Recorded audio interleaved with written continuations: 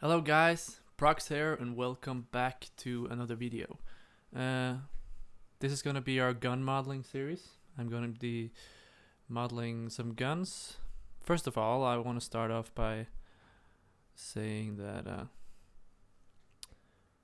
I'm gonna be more active now. I haven't been doing too many videos. I've kind of lost the urge for a little while, and I haven't really had the time. Well, I've had some time, but haven't really used it for other than gaming. Now, as you can see in the background here, I have this is a magazine of a M416, which is going to be the gun that we're going to be modeling first. I chose this first because it's a year-old model that I have that I never really finished. And I decided I want to go back and finish it. And so what we're going to be doing is remodeling some pieces, and some pieces will just be fixing up. Like the magazine here, I won't be completely remodeling it because the model that already exists it's okay. It's fairly okay. I really need a complete remodel. But for some things like the stock and the barrel, at least, is probably gonna need a complete remodel, and very much the upper chamber.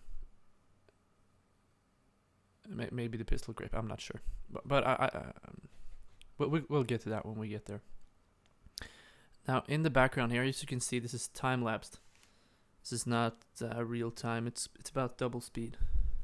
So I cut it in half, basically, the time, just cause, well, there's a lot of, I stop and look at stuff, see what I want to do, think about stuff. At least here, I'm gonna look at some reference pictures soon. But what I'm doing now is I'm basically making the bottom cap and the way that it's locked into the magazine. And it's been quite a while since I had this gun. You see, the reason I chose this gun is because this is the gun I used in the army, and I'm very familiar with it, and I've had it in hand, and I know it like the back of my own pocket. Hopefully, I didn't remember exactly how the bottom cap looked, so I had to kind of search it up. And this is a regular part of my workflow. Google is an amazing tool, especially at finding reference images and stuff like that. So I searched up 5.56 millimeter magazine. I found one here, but it doesn't really show the bottom cap. So I keep looking. I think I found a site that had some nice pictures. It didn't show me everything, but I don't need it to be that accurate. I just figured see there, just so how the cap was connected, because I kind of forgot how that was on the 5.56 type ammo boxes. And I keep looking around. I'm not quite sure how I want to do it. I think I figured it out. This is pre-recorded, and so I do the voiceover afters because I feel it's kind of easier. While I'm doing it, I don't want to, I kind of listen to music and sit and chat with my mates. Makes it kind of relaxed. Now, this model was kind of was a little inaccurate here. See, some of the vertices are off. It's not all great, but I think I level it out. Yeah, there. But then I realized later that that it's a double-sided model. I think I realized it just now. It's like, wait, why are all these double? So I go back inside and I remember, oh yes, of course, the vertices there are double. That's why they're a little off. But I'll fix that later. After modeling this, I kind of looked at some pictures, and I saw some Magpul magazines, so I might be modeling a different magazine later on, perhaps a separate video. Not the next one. The next video will be the pistol grip, and I noticed a vertex there that is gone wrong, so I gotta correct that up. It's easy, just select the ones I want to align it with and hit the axis, and it'll line itself up quite nicely. And tell me what you think about this kind of commentary on the 3D modeling video instead of real time, because real time, when I do it real time, there'll be a lot more videos because of basically the time it takes, and I don't want to like spam you guys with a lot of trash that you don't like. The thing, what I really want to show here is not how I use the tools or which tools I use. All I want to show is the workflow, how the techniques I use, and how I problem solve, which is really the biggest problem. Most of the techniques and tools that I use I've learned in the other videos that I did real time. You know, it's basically just the same going on. But if you want me to do real time videos, just say so in the comments, and I'll do the next one real time. But if you think it's okay that I time lapsed it and get a little bit more work into one video, except no, instead of making like 7 videos, like a 7-part video, of course I could put it all in one, which I don't like either, because it takes a very long time for me at least to upload. I only got like 1 megabit upload rate. Fortunately, fiber is not available where I am right now. My neighbors have fiber, but just 2 meters down the road, they didn't want to build the fiber line any further for some reason. I don't know why. It's just the way it is. So I gotta live with the crappy internet connection that I have. And as you, well, I'm not sure if you could see that, but I use the hinge from Edge tool, which I think is really nice for making sort of short turned corners like that. And so this all the parts from this will be turbo smooth, and this is the high detailed model. It's gonna be used as a baking example. So later on I'll make a low poly version, and then we'll sort of paste the normals on top of it to make it look like the high poly version. I saw these clips, I thought it was really cool. The 100 round and 60 round magazines. I've never seen those before. So yeah. Now I'm kind of thinking about how I want to do the top. I wasn't quite sure how I wanted to do it, so I kind of fiddled around with. I didn't really like the inside of this magazine. It's kind of annoying, really. Basically, because I was a little lazy here, and I was really tired today, so I didn't really feel like putting too much work into it. But I put about an hour of work into it. So I raised this up because I saw it was a little bit raised, and then I kind of extruded and rotated. So I'm gonna rotate here, and then I'm gonna extrude again.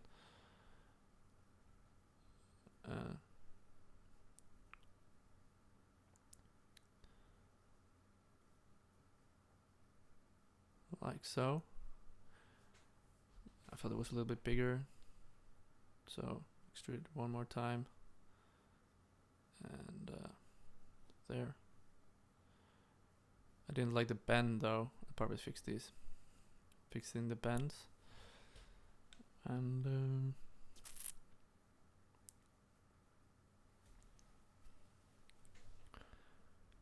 I think yeah.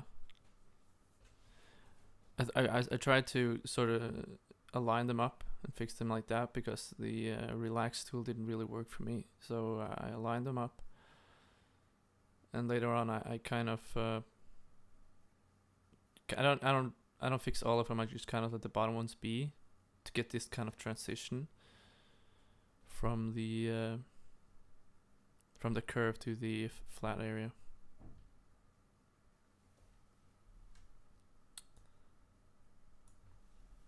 And then I symmetry, and I noticed a symmetry error. And this is because of the threshold of the symmetry modifier.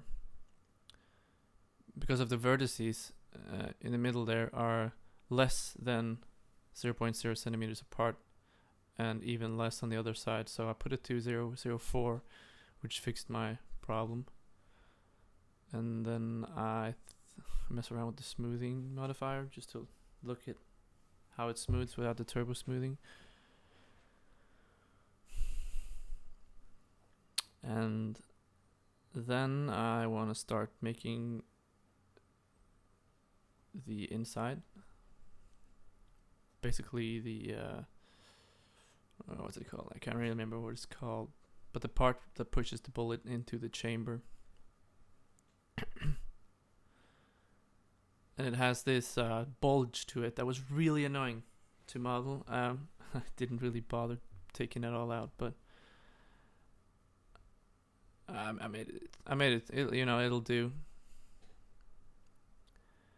Especially if I'm to put it in a game, it'll go past so fast that nobody will really see the difference. If it's to be put in an explanatory animation, that would be a no. If it's something that's gonna be on screen for more than a second or 2 seconds, you should have it exactly as the original. But if it's gonna be like a millisecond or something less than a second, I'd say do it the fast way, because nobody will notice anyway. And I figured I wanted to do these, in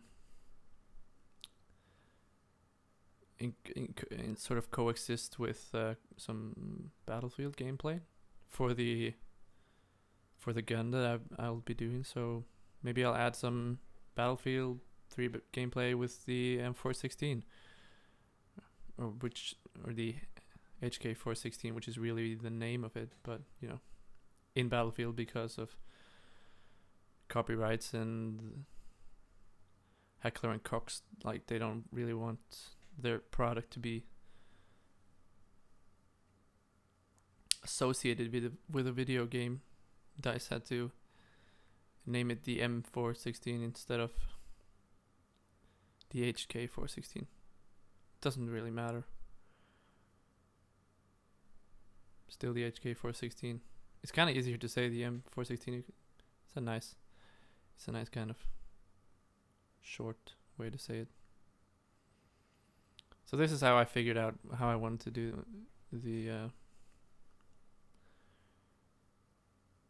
basically just beveled the surface and curved it just a little bit. And I'm not really gonna care about how curved it is or fixing anything like that, because it's gonna be on the inside, and I'm gonna turbo smooth it, so it's gonna look okay no matter what, As you can see from the pictures, it's more of a sharp kind of bulge, but it differs from magazine to magazine. While I was in the army, these were basically a copy of a half a bullet, like welded onto the bottom of the magazine. It's basically just so the way that the ammo stacks inside of the magazine is it's like in every other. It's the bullets go kind of zigzag upwards in the magazine. They don't lie parallel to each other, because then when the bolt loads back, it would have loaded 2 bullets instead of 1. So when they have this zigzag pattern, 1 bullet will always be on top, and the others go under. So there we go. I should have probably grouped these a little further. I did it later, but since I didn't group them, I had a little bit of annoyance with unhiding and rehiding everything. So now I'm going to go to turbo smoothing the main body of the magazine. And I'm pretty sure I'm going to make a new magazine. kind of weird making this video and then saying that I'm gonna make a new video after. Yeah, because I was looking at some magazines and I saw the Magpul. They have some really nice magazines, especially ones where you could see how many rounds you have left in the magazine.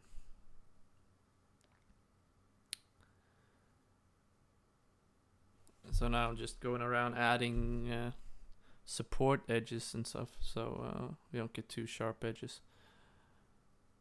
I kind of changed my mind, thinking a little bit about what I wanted to do and how I wanted to do stuff. But I come to a conclusion eventually.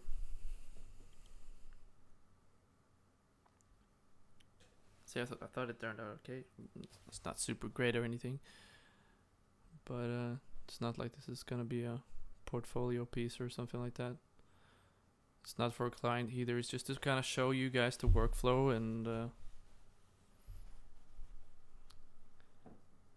at least on how I refresh an old model or finish, because I have a tendency when I'm making stuff for myself and not for a client or for, yeah, let's say a video or anything like that, I don't really finish stuff. And this magazine is from an old like M4 model that I made, and I was modeling the M416, and I was just like, I need a magazine, and I just took it and put it in there to get sort of a half-finished look, because I couldn't be bothered. But I'm gonna make this series of videos and hopefully finish it up and make a low poly version. And I could probably put it up on a site somewhere, FPS Banana probably, so people can mod it if they want to put it in their game or whatever they want to do. And this was a mess because the ringing didn't work. The ring sequence was cut off, and probably because of how the curves were sort of cutting into it. Really annoying, so I had to select every line individually basically.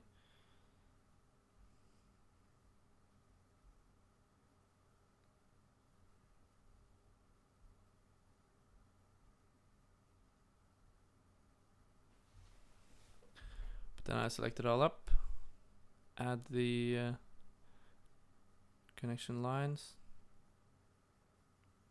turns out okay, and now I want to sharpen up these kind of indents, the curves.